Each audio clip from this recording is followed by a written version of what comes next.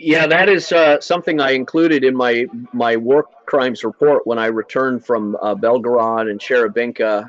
Was originally when I was in the Donbass in Solidar and Godolovka, they were spraying chemical weapons, and in fact, I was hit with chemical weapons, and it caused a very severe reaction. I'm a firsthand casualty of the Western chemically supplied weapons to the Zelensky Ukrainian terrorists. And again, the West isn't responding because it's all propaganda. They can't let the world know. That's why they shut down RT, Sputnik, Russia Today, Russia 24, Russia 1, all the Russian channels. They can't let the world see and hear the truth.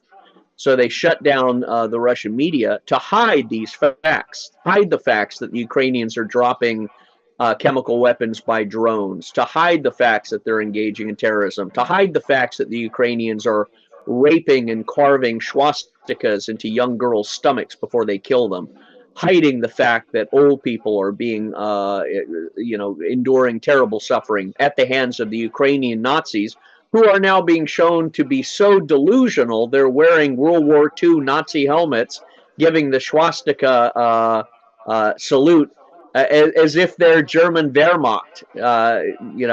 It's laughable if it wasn't so pathetic, ugly, and criminal. But the chemical weapons in particular is another example of how the West has prostituted Ukraine. And we see that also in the biological chemical weapons factories that the West had planted into Ukraine. 46 biolabs all over Ukraine that were actually manufacturing biological weapons that could be loaded onto drones, weaponized through bugs, mosquitoes, and sprayed upon the Russian population to slowly disintegrate them, like Agent Orange disintegrated vegetation in the Vietnam War, as what the United States used. So these biological chemical weapons, which were also directly linked to the COVID-19 pandemic outbreak.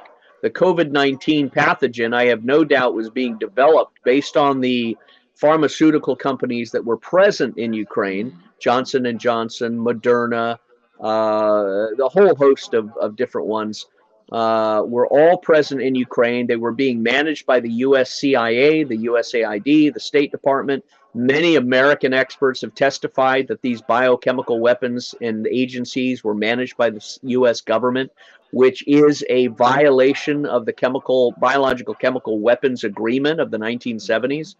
But all of these factories were actually involved in the development of the COVID-19 and the COVID vaccine in order to usher in, again, a global population transformation that you've seen occur in Australia, Canada, America, Britain, with a locking down of their own populations. This never happened in Russia.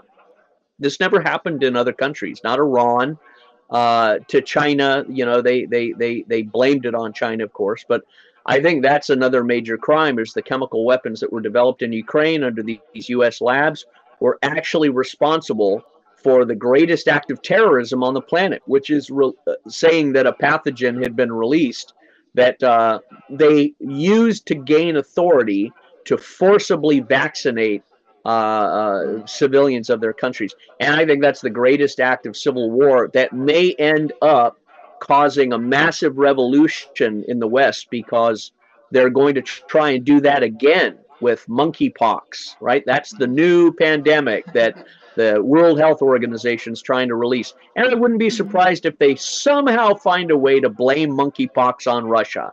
But we know who's to blame. It's the West.